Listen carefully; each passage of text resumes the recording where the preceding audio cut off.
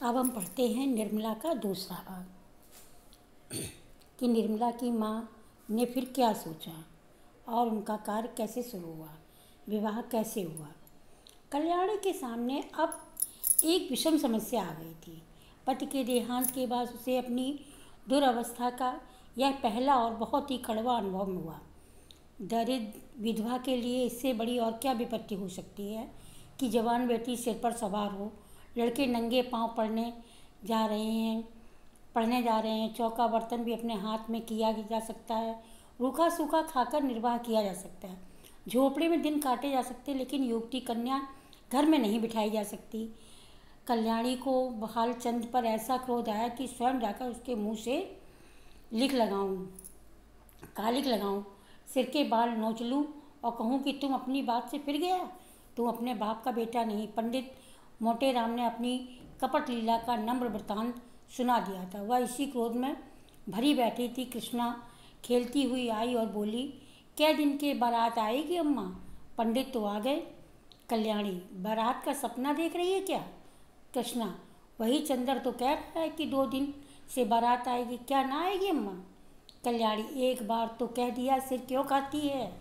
कृष्णा, सबके घर तो बारात आ रही, हमारे यहाँ क्यों नहीं आती? कृष्णा, तेरे यहाँ जो बारात लाने वाला था उसके घर में आग लग गई। कृष्णा, सच अम्मा? अब तो सारा घर जल गया होगा, कहाँ रहते होंगे? बहन कहाँ जाएगी रहेगी? अरे पगली, तू तो बात ही नहीं समझती। आग नहीं लगती, वह हमारे यहाँ ब्याह न करेगा। यह क्यों अम्मा? पहले तो ठीक हो गया था ना। कल्याणी, बहुत से रुपए मांगता है, मेरे पास उसे देने को रुपए नहीं है। कृष्णा, क्या बड़े लालची हैं अम्मा? कृष्णा, लालची नहीं तो और क्या, पूरी कसाई, निर्दयी, दगाबाज। कृष्णा, तब तो अम्मा बहुत अच्छा हुआ कि उसके घर बहन का ब्याह न हुआ। बहन उसके साथ कैसे रहती, यह तो खुश होने की बात है अम्मा, तुम रंज क्यों करती हो? कल्याणी ने पुत्री को स्नेहमयी दृष्टि से देखा। इसका कथन कितना सत्य है, भोले शब्दों में समस्या का कितना मार्मिक निरूपण है। सचमुच यह थे प्रसन्न होने की बात है कि ऐसे कुपात्रों से संबंध नहीं हुआ। रंज की कोई बात नहीं।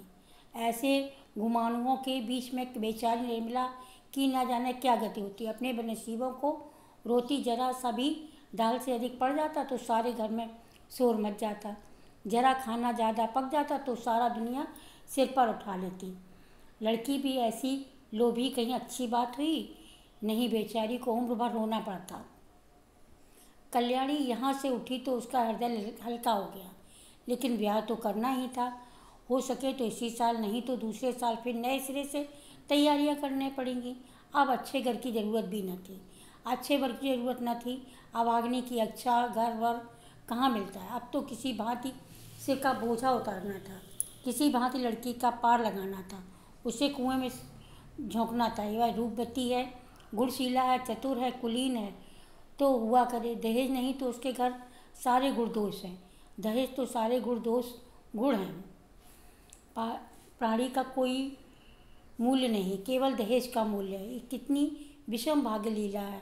कल्याणी का दोष कुछ कम न था। अबला और होना तो उसे गुण दोषों से मुक्त नहीं करता था। उसे अपने लड़के अपनी लड़कियों से कहीं ज़्यादा प्यारे।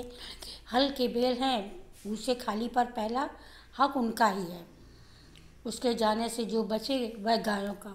मकान था, कुछ नगद था, कई हज़ार के गहने, लेकिन उसे अभी 2 लड़कों का पालन पोषण करना था।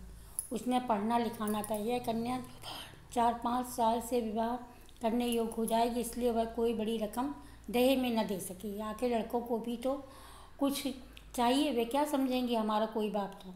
पंडित मोटे राम को लखनऊ से लौटे 15 दिन बीत चुके थे। लौटने के बाद दूसरे ही दिन वह घर वर की खोज में निकले। उन्होंने प्रण किया था कि मैं लखनऊ वालों को दिखा दूंगा, संसार में तुम ही अकेले नहीं हो, ऐसे और कितने पड़े हुए हैं। कल्याणी रोज दिन गिना करती थी। आज उसने उन्हें पत्र लिखने का निश्चय किया और कलम दवात लेकर बैठी ही थी कि पंडित मोतीराम ने पादार्पण किया। आइए पंडित जी, मैं तो आपको खत लिखने जा रही थी, कब लौटे? लौटा तो प्रातः काल ही था, पर इसी समय एक सेठ ने कहा यहाँ से निमंत्रण आ गया। कई दिन से तरमाल न मिला था। मैंने कहा लगे हाथ यह काम में निपटा लूँ, चलूँ अभी उधर ही से लौट रहा हूँ। कोई 500 ब्राह्मणों की संगत थी कल्याणी। कुछ कार्य भी सिद्ध हुआ या रास्ता ही नापना पड़ा। कार्य क्यों न सिद्ध होगा, भला कोई बात नहीं। 5 जगह बातचीत कर आया हूँ, 5 की नकल लाया हूँ। उनमें से आप चाहें जिसे पसंद करें। यह देखिए, इस लड़के का बाप डाक के बगीचे में 100 रुपये महीने का नौकर है। लड़का अभी कॉलेज में पढ़ रहा है, मगर नौकरी का भरोसा है। घर से कोई जायदाद नहीं। लड़का होनहार मालूम होता है, ख़ानदान भी अच्छा है। 2000 से बात तय हो जाएगी। मांगेंगे तो वह 3000। कल्याणी, लड़के से कोई भाई है? मोटे, मगर 3 बहनें और तीनों माता जीवित है। अच्छा, आप दूसरी नकल दीजिए। यह रेल के सींगे में 50 रुपये कमाता है। माँ बाप नहीं है, बहुत ही रूपवान, गुणवान और शरीर से हष्टपुष्ट कसरती जवान है, मगर खानदान अच्छा नहीं। कोई कहता नाइन थी, कोई कहता ठकुरानी थी। माँ किसी रियासत के मुख्तार थे, पर घर पर थोड़ी सी जमींदारी है, मगर उस पर कई हज़ार का कर्ज है। वहाँ कुछ लेना देना ना पड़ेगा उसे। कोई 20 साल होंगी। कल्याणी, खानदान में न दाग होगा तो मंजूर कर लेती। देख कर तो मक्खी नहीं निकल जाती।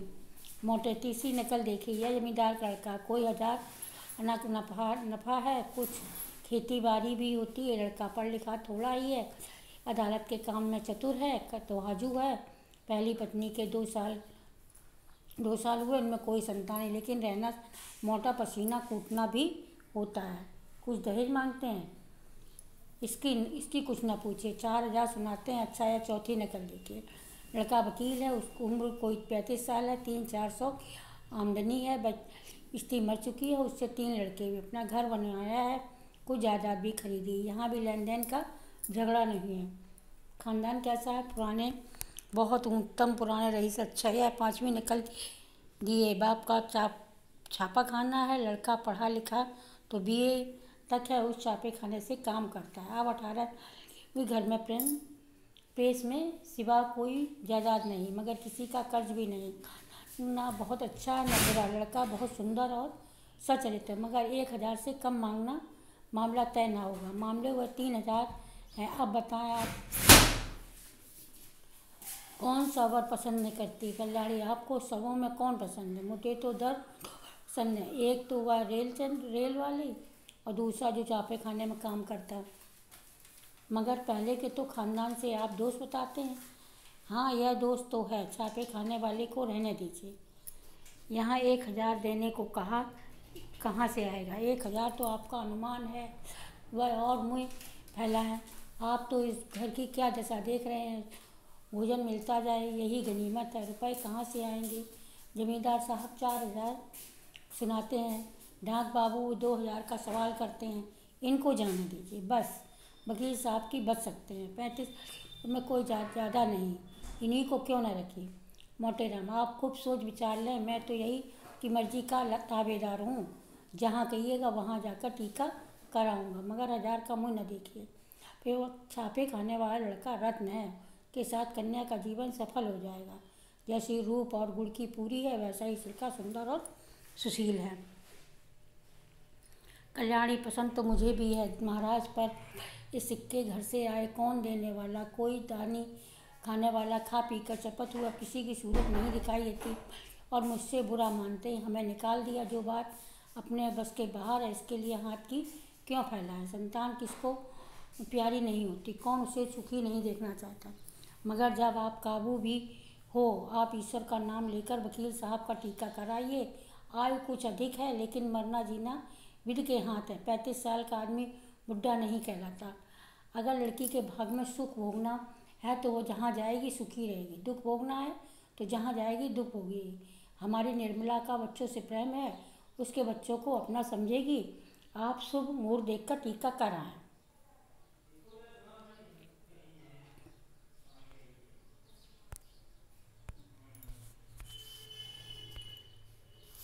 यहाँ पर निर्मला का